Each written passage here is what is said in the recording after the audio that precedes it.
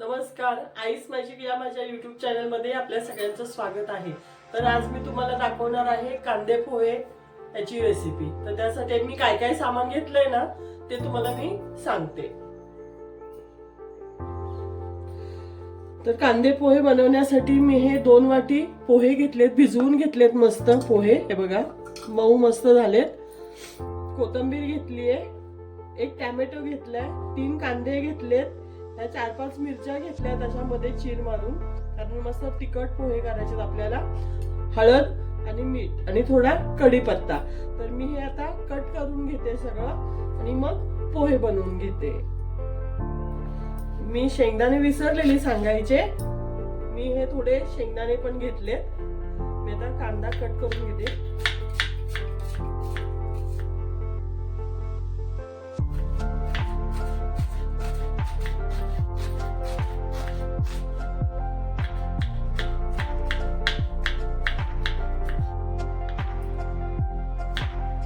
बघा आता कांदा कट करून झाला। आता मी ह्या मिरच्या आहेत ना त्या बारीक कट करून घेते। मस्त झणझणीत पोहे करायचे आपल्याला, अशा बारीक कट करून घेते मिरच्या। तर मिरच्याही कट करून झाल्या। आता हा टोमॅटो आहे ना तो कट करून घेते।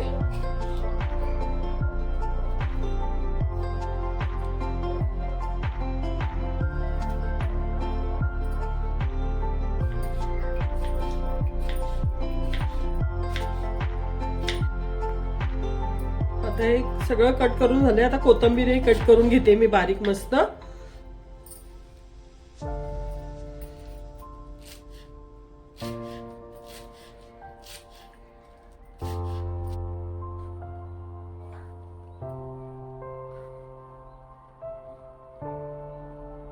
तर आता आपले सगळं कट करून झालंय। मी आता ह्या पोह्यांमध्ये हळद आणि मीठ टाकून घेणार आहे। हळद आणि मीठ या पोह्यांना आपल्याला लावून ठेवायची आहे, आपलं सगळं भाजून होईपर्यंत। असे लावून ठेवलं ना हळद मीठ, पोहे खूप छान लागतात खायला। आता हळद मीठ मी घेतलेली आहे ना ही मी ह्याच्यामध्ये टाकून घेते।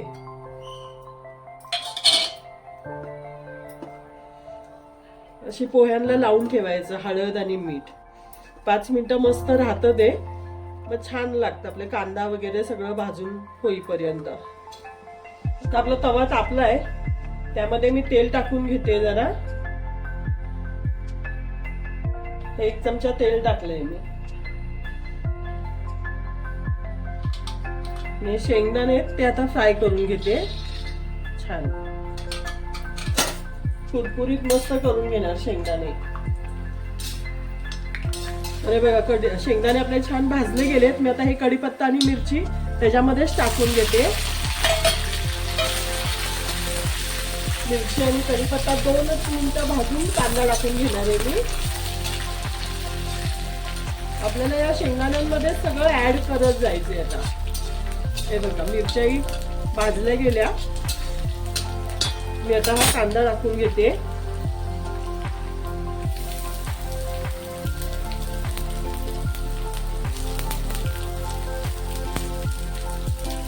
कांदा भाजल्यानंतर आपण टोमॅटो टाकणार आहे। कांदा थोडा लाल होऊन देणार आहे आणि नंतर मग आपण टोमॅटो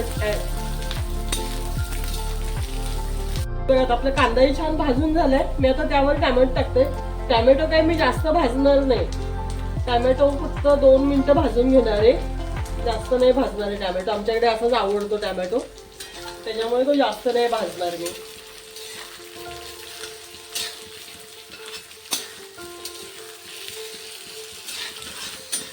तर हे बघा असे टोमॅटो आपला झालाय मस्त भाजून। मी आता ह्याच्यामध्ये हे पोहे ऍड करणार आहे, हळद मिठाचे पोहे।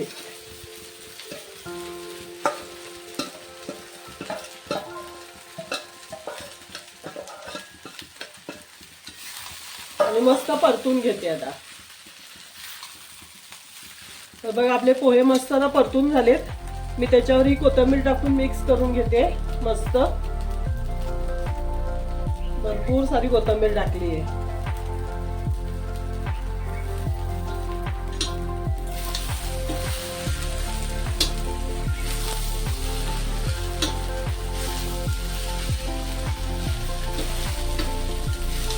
हे पोहे आपले खाण्यासाठी तयार आहेत. तुम्ही अशी करून बघा. आवडल्यास माझ्या रेसिपी तर लाईक करा, शेअर करा, सबस्क्राईब करा. धन्यवाद. बघा आता खायला देताना पोहे मस्त त्याच्यावर असं ओलं खोबरं टाकायचं थोडस. मस्त छान लागतात पोहे असे. आणि ही बारीक शेव आपली मस्त, त्याच्यावर थोडीशी कोथिंबीर.